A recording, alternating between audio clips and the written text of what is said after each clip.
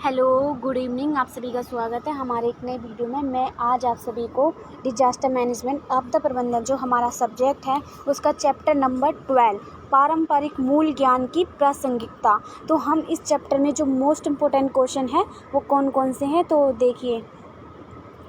पहला है पारंपरिक मूल ज्ञान को समझना, उसका क्या अर्थ, परिभाषा जो भी है, अवधारणा, इसको देखेंगे।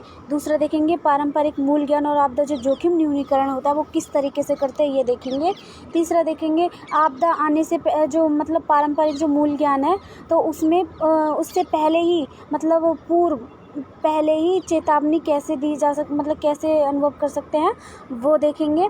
फिर लास्ट में देखें जो पारंपरिक मूल ज्ञान है इसमें कौन सी चुनौतियाँ आती हैं तो हम इससे कैसे निपट सकते हैं वो देखेंगे। कार्यनीतियाँ मतलब जो पारंपरिक ज्ञान से निपटने की कार्यनीतियाँ, तो पहले सूखा और बाढ़ है और सूखा है, चक्रवात है, ये सभी हैं। तो चलिए अब हम देखते हैं, शुरू करते हैं। ये देखिए,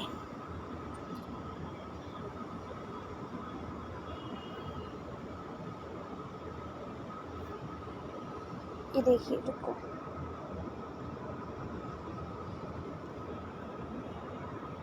पारंपरिक मूल ज्ञान को समझना।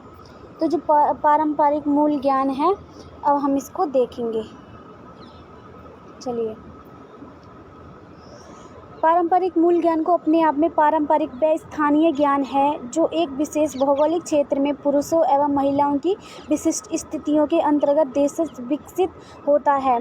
ग्रेनियर जो है वो जो 1998 पारंपरिक मूल ज्ञान शब्द इस विचार से लिया गया, मतलब ये बताते हैं कि इस विचार से लिया गया है कि जो भूतपूर्व अनुभव के आधार पर क्या है, अनुभव के आधार पर स्थानीय समुदाय को अपनी उपवस्ती स्थिति जो होती है के इतिहास का ज्ञान होता है।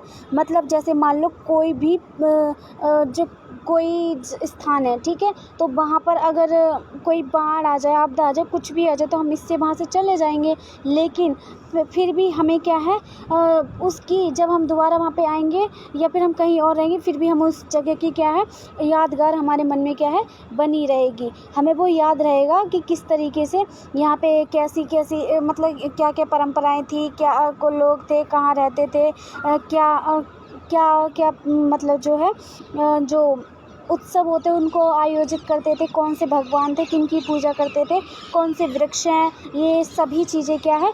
तो इन सबको क्या पूर्वभूत मतलब जो अतीत में जो है उसकी बात हो रही है। पारंपरिक मूल ज्ञान को समझने में जो ग्रेनियर है जो 1998 वो बताते हैं कि मनुष्य का जो भूतपूर्व अनुभव के आधार पर भूतपूर्व जो अनुभव होता है, पहले का जो अनुभव होता है उसके आधार पर क्या है स्थानीय समुदाय को अपनी उपबस्ती के इतिहास का ज्ञान होता है। वर्केस जो 2007 ने क्या है पारंपरिक मूल ज्ञान को परिभाषित किया है कि उनके अनुसार जो जीवित जगत का क्या है एक दूसरे और पर्यावरण के अंत संबंध के सचेत ज्ञान का भंडार है। अभ्यास और विश्वास अपनाई गई प्रक्रिया द्वारा विकसित होना और सांस्कृतिक संचरण द्वारा एक पीढ़ी से दूसरी पीढ़ी को देते जाना है।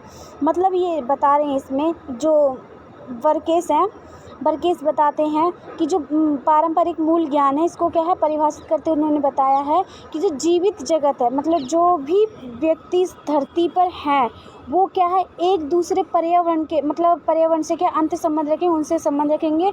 और जो संचित ज्ञान है मतलब उन्होंने जो इकट्ठा कर रखा है ज्ञान और जो भंडार कर रखा है ज्ञान का, तो उसको जो अभ्यास है, विश्वास है, ये जो अपनाई गई इनके द्वारा जो प्रक्रियाएं हैं जो विकसित की मतलब डेवलप हो चुकी हैं। और जो सांस्कृतिक संचरण है मतलब जो चल रहा है तो वो एक पीढ़ी से क्या है वो दूसरी पीढ़ी में जाना, इसकी बात कर रहे हैं कौन, वर्केस 2007। चलिए अब हम देखते हैं ये पारंपरिक मूल ज्ञान की या स्थानीय ज्ञान भी कहा जा सकता है। जो पारंपरिक जो मूल ज्ञान है इसको क्या है स्थानीय ज्ञान भी कहा जा सकता है। स्थानीय हम ऐसे कह सकते हैं कि जब कोई स्थान जहाँ पे वो कोई भी परंपरा रही है जो वहाँ का वो ज्ञान है तो उसको स्थानीय ही कहेंगे, ठीक है। तो देखिए अब हम देखते हैं यूनेस्को। जो यूनेस्को है जो 2002 इन्होंने क्या है पारंपरिक मूल ज्ञान को एक ज्ञान के संबंधी जो संचयी भंडार जानकारी अभ्यास और प्रदर्शन के रूप में वर्णित किया। जो यूनेस्को है जो विश्व धरोहर जो है उन्होंने इसमें बताया है कि जो हमारा पारंपरिक ज्ञान है उसको इन्होंने कौन से रूप में परिभाषित किया है। तो उन्होंने बताया है कि जो पारंपरिक मूल ज्ञान क्या है, जो संचयी भंडार मतलब जो इकट्ठा किया हुआ भंडारण है, जो जानकारी देता है, अभ्यास होता है मतलब जो एक्सरसाइज कराता है, प्रदर्शन के रूप में वर्णित होता है। तो इन्होंने ये परिभाषा दी है इसको यूनेस्को ने। ठीक है, फिर हम इसको देखते हैं अब यहाँ से जो विश्व बैंक है, विश्व बैंक जो है वर्ल्ड बैंक रिपोर्ट 2005 में जो वर्ल्ड बैंक रिपोर्ट जो है 2005 इनमें क्या है जो पारंपरिक मूल ज्ञान को ऐसे पारंपरिक या स्थानीय ज्ञान के रूप में संदर्भित किया गया है जिसका विकास ज्ञान और कौशल के विशाल भंडार के संदर्भ में औपचारिक शिक्षा तंत्र से के बाहर हुआ हो। ये बता रहे हैं कि जो पारंपरिक मूल ज्ञान है जिसको क्या ऐसे पारंपरिक ज्ञान के रूप में बताया गया है के बारे में बताया गया है कि जिसका ज्ञान क्या है पहले से ही डेवलप हो चुका, जो स्किल्स है डेवलपमेंट जो क्या है पहले से ही है, उसका विशाल मतलब बहुत बड़ा आलीशान क्या है भंडारण है जिसके बारे में हम औपचारिक शिक्षा तंत्र के बाहर हुआ हो। अब हम देखेंगे पारंपरिक मूल ज्ञान संस्कृति में अंत स्थापित होते हैं और किसी भी अवस्थिति या समाज में अपने आपस में अनूठे नहीं होते हैं। निर्धन लोगों के जीवन के लिए पारंपरिक मूल ज्ञान महत्वपूर्ण होता है। ये खाद्य सुरक्षा, मानव और पशु स्वास्थ्य, शिक्षा और प्राकृतिक संसाधन प्रबंधन में समुदाय के निर्णय निर्माण का आधार होते हैं। फ्लेवियर के अकॉर्डिंग पारंपरिक मूल ज्ञान समाज का सूचना आधार होते हैं जो संचार और निर्णय निर्माण को सुसाध्य करते हैं। पारंपरिक सूचना तंत्र गतिक है जो आंतरिक रचनात्मक और प्रयोग के साथ साथ बाहरी तंत्र से संपर्क करके सतत प्रभावित होता है। सतत मतलब जो निरंतर, जिसमें कोई अंतर ना आए, मतलब उससे क्या है इफेक्ट होता रहता है, मतलब उस पर इफेक्ट पड़ता रहता है। पारंपरिक मूल ज्ञान की उपरोक्त परिभाषाओं के आधार पर यह निष्कर्ष निकाला जा सकता है कि जो पारंपरिक मूल ज्ञान न केवल समुदाय के पुराने भूतपूर्व अनुभवों से संबंधित है बल्कि जो क्या है करना है क्या नहीं करना है इसके लिए भी क्या है समुद की सहायता करता है। ये बता रहे हैं कि जो पारंपरिक जो मूल ज्ञान है इससे क्या है हम यही नहीं जान सकते, मतलब इनके अनुभवों को ही नहीं जान सकते बल्कि हम ये भी जैसे जो सिचुएशन है उसके अकॉर्डिंग हमें किस टाइम क्या करना चाहिए क्या नहीं करना चाहिए, कि हमारे लिए ठीक है क्या नहीं है ठीक है, तो इन सभी चीज़ों को भी क्या है हम इससे पता चल जाता है। जो IIR के अकॉर्डिंग क्या है देशज वह ज्ञान है बता रहे हैं। जो IIR है तो वो बता रहे हैं कि देशज वह ज्ञान है जिसे दिए गए समुदाय के लोगों ने समय के साथ विकसित किया है और सतत विकसित होते हैं। यह अनुभव पर आधारित होते हैं, अधिकतर शताब्दियों से प्रमाणित होते हैं, स्थानीय संस्कृति और पर्यावरण के अनुकूल होते हैं, गतिक और परिवर्तित होते रहते हैं। अब हम जो राजीव शो के अकॉर्डिंग देखेंगे जो 2010 है ने बताया है कि पारंपरिक मूल ज्ञान की क्या है निम्न विशेषताएं बताई गई हैं। तो कौन कौन सी हैं, तो एक है स्थानीय सीमा के अंदर, दूसरा विशिष्ट क्षेत्र एवं समुदाय के लिए पारंपरिक, तीसरा है संस्कृति एवं संदर्भ विशिष्ट की जो संस्कृति उसके बारे में विशिष्ट बातें जो भी है, अनौपचारिक ज्ञान जो फॉर्मल है इनफॉर्मल है, मौखिक संचरण जो मुंह से बोला गया है, जो सामान्यतः जनरल जो है प्रलेखित ना हो, उसको लिखा ना गया, गतिक इसमें गति हो, नवीनता मतलब इसमें नयापन और अनुकूलन एवं प्रयोग पर आधारित हो, कि जो सिचुएशन की क्या है अच्छे सिचुएशन के अकॉर्डिंग अनुकूल हो और नया हो और उस प्रयोग पर आधारित हो, और संपूर्ण विश्व में अनेक लोगों जो अनेक लोगों के जीवित रहने और निर्वाह से अत्यंत संबंधित हो। अब हम देखेंगे पारंपरिक मूल ज्ञान और आपदा न्यूनीकरण। आपदा न्यूनीकरण देखिए,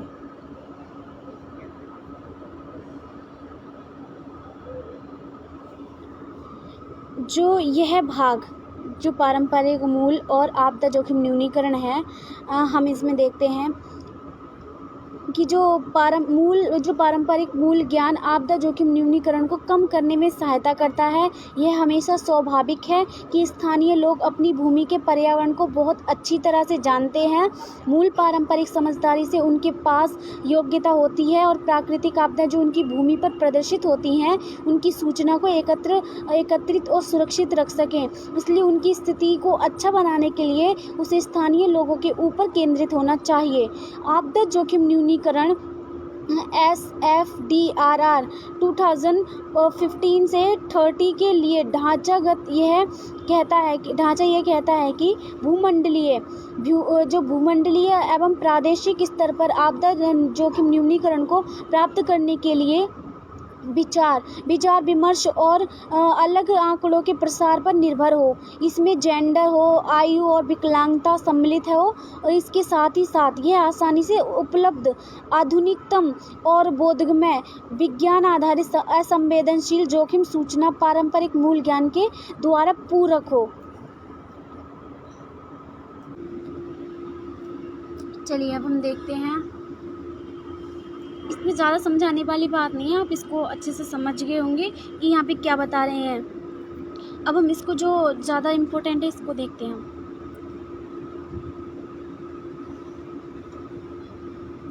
तो देखिए, जो आपदा जोखिम न्यूनीकरण जो है उसमें कौन कौन सी बिंदु मतलब कौन कौन सी बातों को शामिल किया जाता है, कौन से सुझाव दिए जाते हैं, तो हम उसको देखेंगे। तो चलिए उसको देखते हैं एक बार।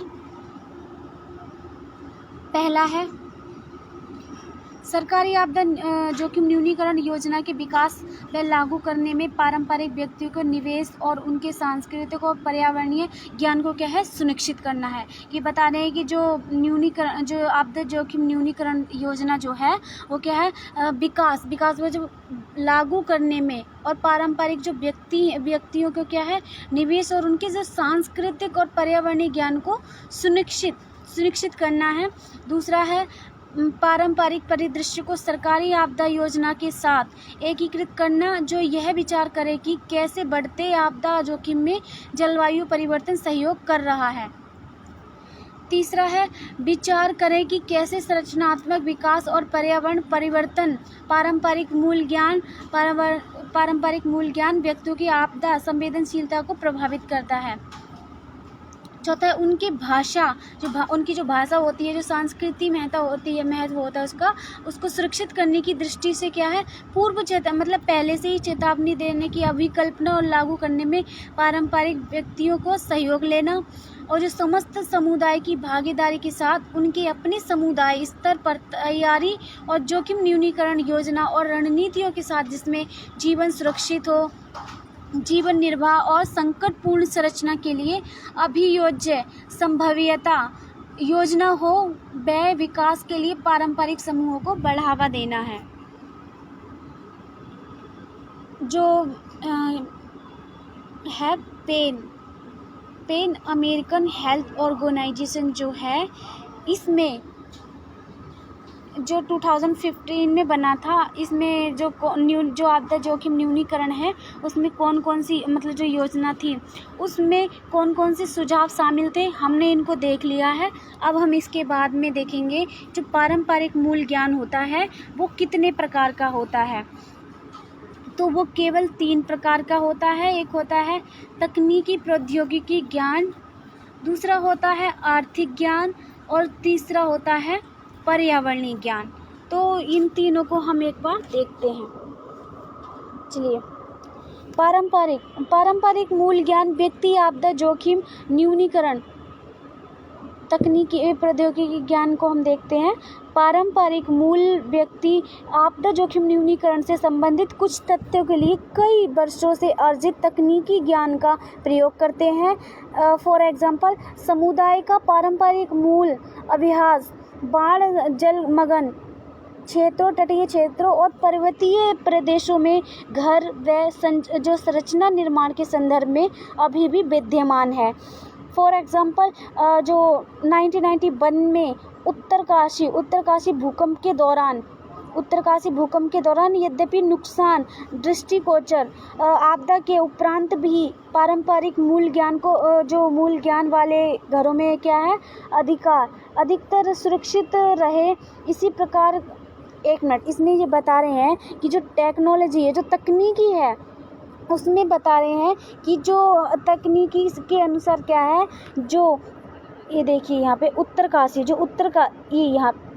इसके ऊपर ये देखिए, उत्तरकाशी भूकंप के दौरान यद्यपि नुकसान दृष्टिगोचर था, लेकिन आपदा के उपरांत, मतलब जो आपदा के बाद में क्या है, भी पारंपरिक मूल संरचना वाले घरों में क्या है, अधिकतर सुरक्षित रहे, क्योंकि उन्होंने अपने जो ज्ञान जो था उनके अकॉर्डिंग उन्होंने क्या है, इतने अच्छे से बेहतर मैनेज किया है, इतने अच्छे से घर बनाए हैं कि वहाँ पर आपदा आने के बावजूद भी वहाँ पर बहुत सारे लोग जो थे वो सुरक्षित थे। इसी प्रकार से जो क्या है, कश्मीर घाटी भी भूकंप प्रतिरोधक रचना कार्यों के लिए जाना जाता है, जैसे कि ताक तंत्र, ढांची दीवारी तंत्र। इसी प्रकार के घर 2005 के कश्मीर भूकंप में क्या है, सुरक्षित रहे। इस प्रकार के स्थानीय तकनीकी ज्ञान को सम्मिलित करके और आपदा तैयारी में स्थानीय सदस्यों की भागीदारी को बढ़ावा देकर सततता सुधार सकता है।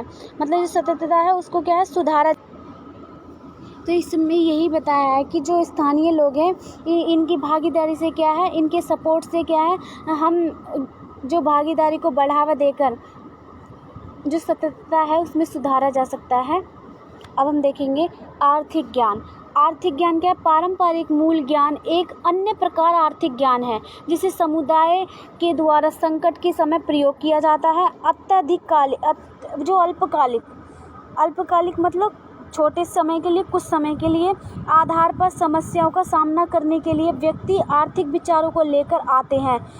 एग्जाम्पल के लिए समुदाय के द्वारा आपदा के दौरान और उपरांत दोनों चरणों में स्थानीय उपलब्ध संसाधनों द्वारा अस्थायी और स्थायी घरों का निर्माण एक उपयुक्त उदाहरण है। इस प्रकार समुदाय के द्वारा स्थानीय संसाधनों का प्रयोग करके न्यूनतम लागत रणनीति योजना बनाई जाती है। इसी प्रकार संकट की स्थिति से बाहर आने के लिए समुदाय को आपको वैकल्पिक जीवन निर्वाह के अनुकूल बना लेता है। दूसरा देखेंगे हम पर्यावरणीय ज्ञान समुदाय के अनुभव से जुड़ा है, जो अल्प या क्षण भर के अनुभव पर आधारित है, जिसको भी पर्यावरण या आसपास से प्राप्त करते हैं। एग्जाम्पल के लिए हम देखेंगे चक्रवात या बाढ़ के दौरान अनुभवों के आधार पर ज्ञान प्राप्त होता है, और जल या बादल के रंग के आधार पर व्यक्ति अनुमान लगाते हैं कि समुदाय के सदस्यों को चेतावनी देते थे। इसकी सहायता से समुदाय के सदस्यों को तैयारी के उपायों में सहायता मिलती थी, जैसे भोजन, ईंधन, पेयजल और पशुओं का भोजन एकत्रित करना और सुरक्षित रखना। तो ये तीनों ही बहुत ज़्यादा ईजी है, इनको आप एक बार अच्छे से कर लेना। अब हम देखेंगे पारंपरिक मूल ज्ञान और पूर्व चेतावनी तंत्र। ये बता रहे हैं कि जो पारंपरिक मूल ज्ञान है और जो पूर्व चेतावनी तंत्र है, कि जो पहले से ही चेतावनी दे देता है, तो वो किस तरीके से देता है। तो अब हम इस जो टेबल है इसमें हम ये देखेंगे। चलिए, जोखिम को कम करने के और प्रभावी अनुक्रिया में पूर्व चेतावनी तंत्र आपदा जोखिम न्यूनीकरण में प्रमुख भूमिका निभाता है, और पुराने समय में लोग निश्चित लक्षणों के द्वारा चक्रवात का बोध करते हैं और अपने पारंपरिक मूल ज्ञान के द्वारा जो संकेत वे प्रकृति से प्राप्त करते थे के आधार आधार पर समुदाय द्वारा सतर्कता और उपाय लिए जाते थे। हालांकि वर्तमान समय में हमारी प्रवृत्ति जो है मूल बुद्धि की अवहेलना करती है। अधिकतर पारंपरिक मूल जो पूर्व चेतावनी लक्षण से सही सिद्ध हुए हैं और इस प्रकार की चेतावनी पर ध्यान देने से समुदाय को बड़ी आपदाओं से बचाया जा सकता है। देखिए, अब हम देखते हैं चक्रवात के दौरान जो पारंपरिक पूर्व चेतावनी संकेतक, मतलब जो इंडिकेट करते हैं जो चक्रवात आता है उस समय जो पारंपरिक जो है वो चेतावनी संकेत, मतलब जो पहले से इंडिकेट करते हैं। तो कौन कौन सी चीज़ें हैं? तो देखिए, जो मौसम प्रतिरूप होता है तो हम उसके अकॉर्डिंग भी जान सकते हैं। तो कैसे देखते हैं? देखिए,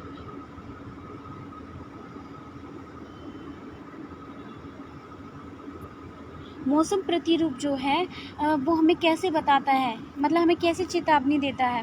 तो देखिए, आसमान का अंधकारपूर्ण और बादलों से आच्छादित होना। तो जो आसमान क्या है, अंधकारपूर्ण हो जाता है, काली जो जिसको हम गांव में जो गांव की भाषा में हम उसको बोलते हैं काली घटा छा जाना। तो वो अंधकारपूर्ण बता रहे हैं। जो बादलों से आच्छादित होना और बादलों का काला गोलाकार तथा बादलों के रंग में बदलाव बाढ़ का चिन्ह है। तो इस तरीके से भी हम बाढ़ को या बारिश को, आंधी को, इन सभी चीज़ों को क्या है, मौसम के अकॉर्डिंग, जो मौसम का जो प्रतिरूप होता है उससे हम समझ सकते हैं कि कौन सी घटना होने वाली है, कौन सी आपदा आने वाली है। तो मौसम का असामान्य गर्म और आर्द्र होना, वर्षा के बाद गर्म दौर है और दक्षिण पूर्व से प्रबल पवन का बहना, भरी दोपहर में पूर्वी पवन का बहना चक्रवात का लक्षण। यदि बादल उत्तर की ओर जाते हैं, यह बाढ़ का लक्षण है। पवन का पूर्व जो है, पवन का पूर्व से दक्षिण की ओर परिवर्तित होना और शीतल होना चक्रवात की दिशा के बदलाव का लक्षण है। तो देखिए, इसमें इन्होंने बताया है, मौसम का प्रतिरूप को बताया है कि मौसम का प्रतिरूप जब बदलता है तो हम कैसे मतलब गैस कर सकते हैं, अनुमान लगा सकते हैं कि कौन सी घटना कब होने वाली है। उसके ही अनुसार क्या है, हम खुद को सुरक्षित रख सकते हैं, खुद का नुकसान होने से और जान माल की हानि होने से काफ़ी हद तक बचा सकते हैं। हाँ, पूरी तरीके से तो नहीं, लेकिन कुछ हद तक क्या है, बचाव कर सकते हैं। दूसरा है समुद्र नदी जो समुद्र और नदी का प्रतिरूप होता है, तो हम उसके अकॉर्डिंग हम कैसे जान सकते हैं? तो देखिए, बड़ी लहरें, जल का गहरा गोलाकार होना, नदी में गुरुम आवाज का होना, समुद्र में धूम्रवर्ण या मेघाच्छन्न आकृति, तालाब में नदी जल का गर्म होना, जानवरों का अशांत होना और घास खाना छोड़ना, पशुओं कुत्तों का रात्रि में लगातार चिल्लाना, दिन में कुत्तों का भौंकना चक्रवात का लक्षण है। कुत्तों का लगातार भूमि को खुरचना और अपनी पीठ पर अंडों को लेकर चींटियों का पेड़ पर चढ़ना, मधुमक्खियों का झुंड के रूप में चक्कर लगाना और कुरपल्स जो गोलाकार का होता है, ऊंचे उड़ना और चिल्लाना और उत्तर से दक्षिण की ओर बड़ी संख्या में पक्षियों का झुंड के रूप में उड़ना चक्रवात का लक्षण है। बिना किसी गंतव्य के पक्षी का उड़ना और मच्छरों की संख्या का बढ़ना, कीड़ों और पशुओं का आक्रमण, नदियों और तालाबों में मछली का कूदना, कौवा मुर्गों का चिल्लाना, रात में उड़ना और मेढक का निरंतर चिल्लाना, दिन के दौरान लोमड़ी का भौंकना, केकड़ों का घर और आंगन में आना, पेड़ों का मुड़ना, लहरों में जंगली पौधा और मंदार और कपास वृक्ष के पत्तों का ऊपर से नीचे होना,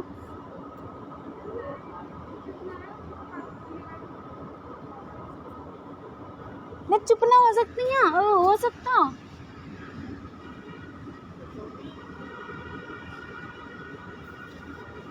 बोलना मत अभी कोई।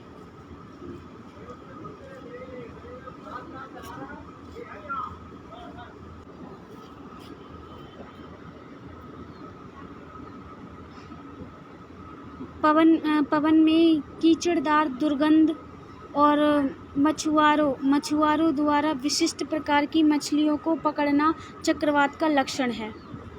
तो ये सभी जो है किस तरीके से मौसम के अकॉर्डिंग, जो मौसम है उसका जो रूप है या जो समुद्र नदी है, इनके रूप, इन सभी के अनुसार क्या है, हम कैसे जान सकते हैं कि कौन सी घटना, मतलब कौन सी आपदा किस समय आने वाली है। तो एक दिन पहले, 1-2 दिन पहले और 3-7 दिन पहले और 10-12 दिन पहले सामान्यतः सभी चारों विशेषताओं में वर्णित स्रोत हावेल 2003 से लिया गया है। इन सभी चीज़ों के बारे में क्या है, बताया है। अब हम देखेंगे पारंपरिक मूल ज्ञान और निपटने की कार्यनीतियाँ। तो कौन कौन सी देखें। समुदाय का पारंपरिक मूल ज्ञान हमेशा ही समुदाय के सदस्यों के लिए निर्देश देने वाला बल रहा है, और ताकि विभिन्न आपदाओं जिनका वे सामना करते हैं उनके प्रति स्वयं की सामना प्रक्रिया विकसित कर सकें। उदाहरण के लिए जो चक्रवात प्रभावित क्षेत्र है, निरंतर भूकंपी क्षेत्र और भूस्खलन आदि में रहने वाले लोग इनके आदी हो जाते हैं, क्योंकि ये क्या है, नियमित आधार पर घटित होते रहते हैं।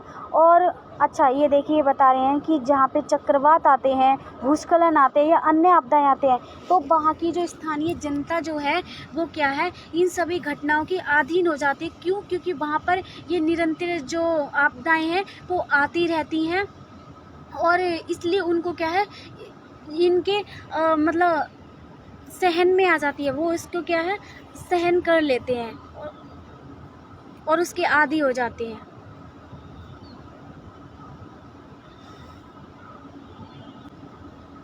प्रकृति से प्राप्त अनुमान के आधार पर वे सामना करने की रणनीतियों का सहारा लेते हैं। फॉर एग्जाम्पल, तटीय क्षेत्रों में रहने वाले लोग चढ़ते ज्वार के समय में अवगत होते हैं। जो बोल रहे हैं कि जो चढ़ते ज्वार के समय से अवगत होते हैं, इसलिए उस मौसम में क्या है, मत्स्य मछली पकड़ने से बचते हैं या उस समय ऊंची उभरी जगह में जाते हैं। हालांकि समुदाय सदस्य द्वारा उपयोगी और बहुत बुद्धिमान कार्यनीतियों को विकसित किया गया है।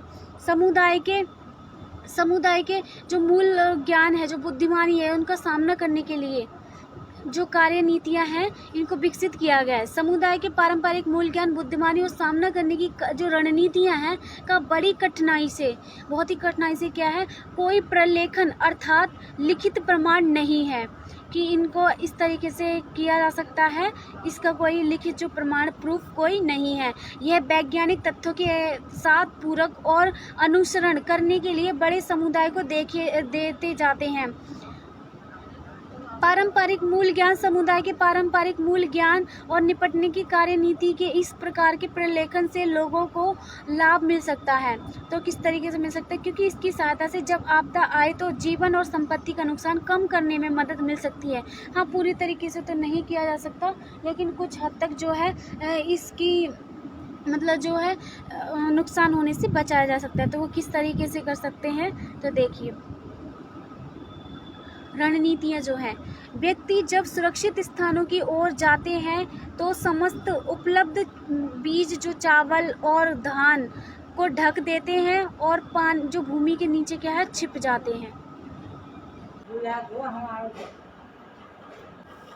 तो हम देखते हैं ये जो है रणनीतियाँ, चक्रवात का सामना करने के लिए कौन कौन सी रणनीतियाँ जो हैं जिनको अपनाया जा सकता है और भारी जो नुकसान होता है उससे बचा जा सकता है। तो हम उनको देखते हैं। देखिए, व्यक्ति जब सुरक्षित स्थानों की ओर जाते हैं तो समस्त उपलब्ध बीज हो, चावल और धान को ढक देते हैं और भूमि के नीचे क्या है, छिप जाते हैं।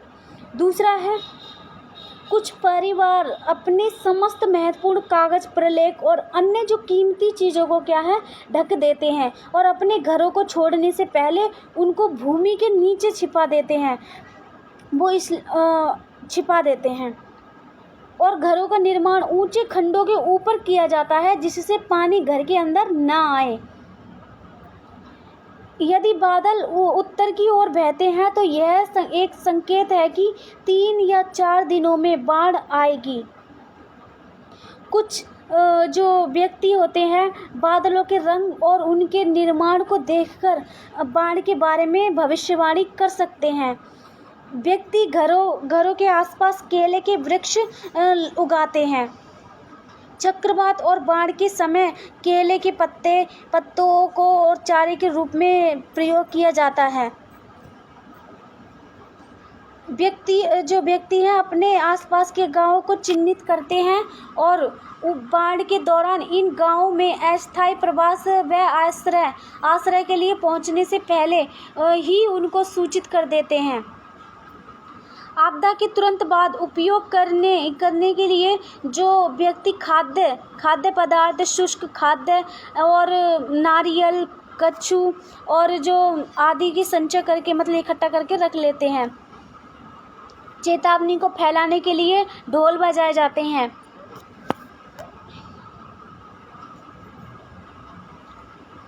पवन का पूर्व की ओर से लगातार बहना चक्रवात के आने का सूचक है और साथ ही यदि 2 घंटे के अंदर पवन गर्म होने लग जाए तो यह संकेत है कि चक्रवात की तीव्रता अधिक होगी। यदि पवन अपनी दिशा पूर्व से दक्षिण कर दे और शीतल होने लगे तो यह संकेत होता है कि चक्रवात ने अपनी दिशा बदल दी है। बिना किसी कारण दिन के समय गांव के कुत्ते को भौंकना एक संकेत है कि कोई अप्रत्याशित जो है घटना जैसे कि चक्रवात निकट भविष्य में होने वाली है। कुत्ते भूमि को खुरचना प्रारंभ कर देते हैं और चक्रवात से पहले मछुआरे विशिष्ट मत्स्य को काफ़ी विशाल मात्रा में पकड़ते हैं जिसको वे सामान्यतः पकड़ नहीं पाते। मछुआरे के जल में विशेष छोटी प्लैंकटन पकड़ में आती है जो उनको क्या है कभी मिलती नहीं है। यह भी चक्रवात के आने का एक संकेत है। 2-3 दिन से समुद्र एक अनोखा बल्कि गड़गड़ाहट की आवाज़ संकेत है कि चक्रवात का हमला होने वाला है। यदि मेघों की गति उत्तर से दक्षिण की ओर तीव्र तो चक्रवात आने की संभावना है। पक्षियों का बड़ी संख्या में क्या है झुंड बनना, उत्तर से दक्षिण की ओर उड़ना समुदाय का समुदाय के संकेत देता है। जो भी समुदाय वहाँ पर होते हैं जिस जगह पे जहाँ से उड़कर आते हैं वो उड़कर जाते हैं वो उसमें संकेत देता है। व्यक्ति अपने घर के आसपास विशाल वृक्ष को नहीं लगाते हैं ताकि जब चक्रवात आए तो उनके ऊपर ना गिरे।